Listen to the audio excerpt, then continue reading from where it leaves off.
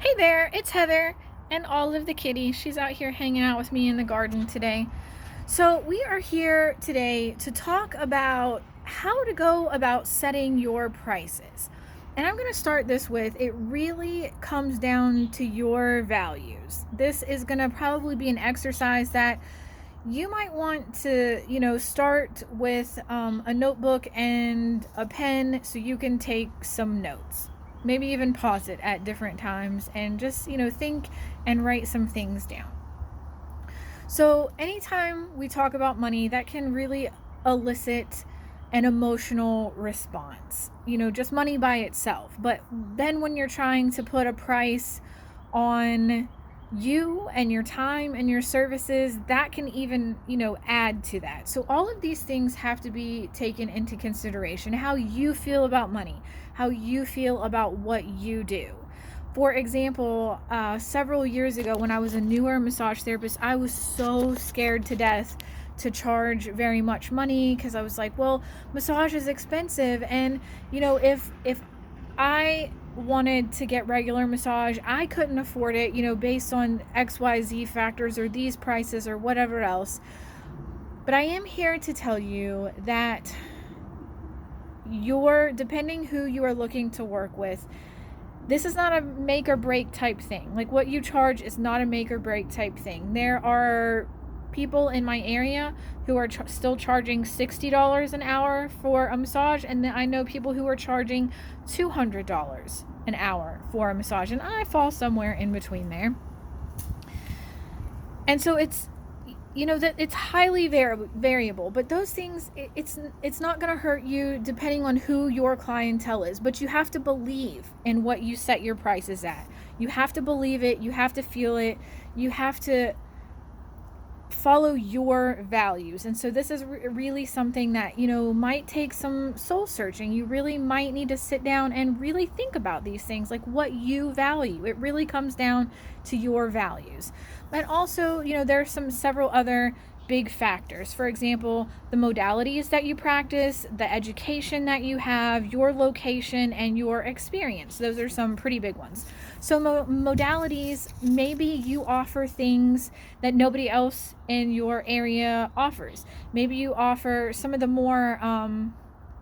rarer massage types out there. Maybe you offer lomi lomi or craniosacral or hot stone massage that that's not a rare type of massage, but that does sometimes a lot of people will charge more money for that, for the time it takes for cleanup and setup and cleanup.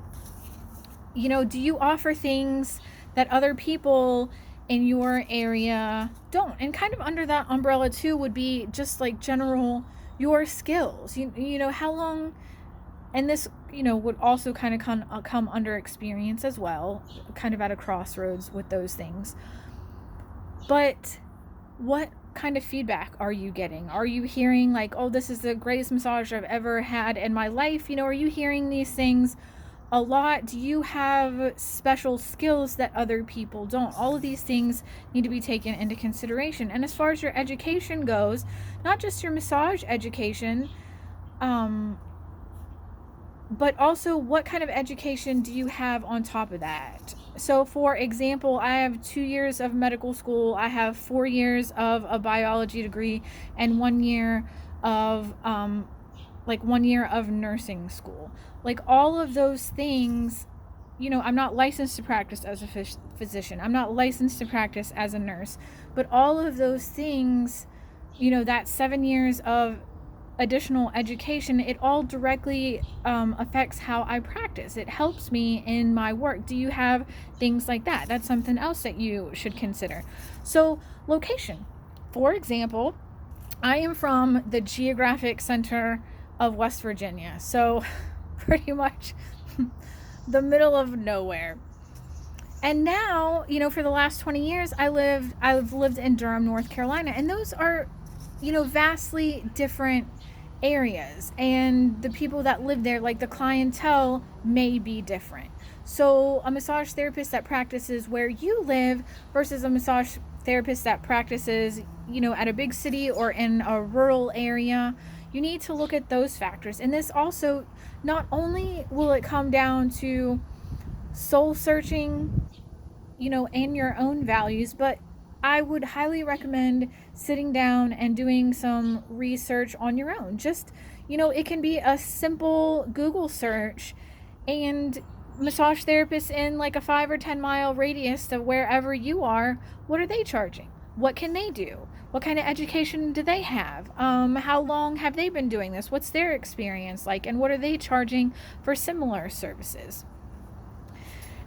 And I'm going to say this again just because it's super, super important. It really does come down to your value system. And I know it can feel super strange to put a price tag on what you do and your time and your skills, but those things are important. You need to ask yourself, what do I bring to the table? What kind of life am I looking to live? Where do I want to live? What kind of bills do I have to pay? What does my savings account look like? What do I need my savings account to look like? And things like, the kind of lifestyle that you want, and what would be your ideal income? What do you make in a month? What do you make, in a year? What does that look like? And then it would just be a simple crunching the numbers. Okay, I want to make X amount of money a year. Now, how do I go about doing that? How many sessions do I need to do at whatever price it is? And just kind of work backwards from there. So all of those things, I hope, again, there's no set thing, nobody can tell you what works for you. But whatever it is, it has to be authentic to you. You have to follow your value system. It has to be good for you, because if you're charging too much or if you're not charging enough, I feel very strongly that it's going to come through in some sort of awkwardness to your clients. Either like you're not going to believe it yourself, and it's going to, cause you, when it comes time to for clients to pay the bill and you're asking for their card, it might cause some kind of awkwardness. So I believe in some kind of way, if you're not charging what you feel that you should charge, based on all these factors, you should look at all these factors to help you. And that if you're not doing that, it could probably cause you some problems. So you definitely want to be authentic and true to yourself in this practice. So I am definitely rooting for you. So much good luck in this process. Maybe leave some comments and let us know what you think about how you decide your prices and how you have come to that price. Like, what is your price? Why do you charge that? Let's talk about it. So if you like my content, feel free to like, subscribe, share, and I'll see you guys next time. Have a good one.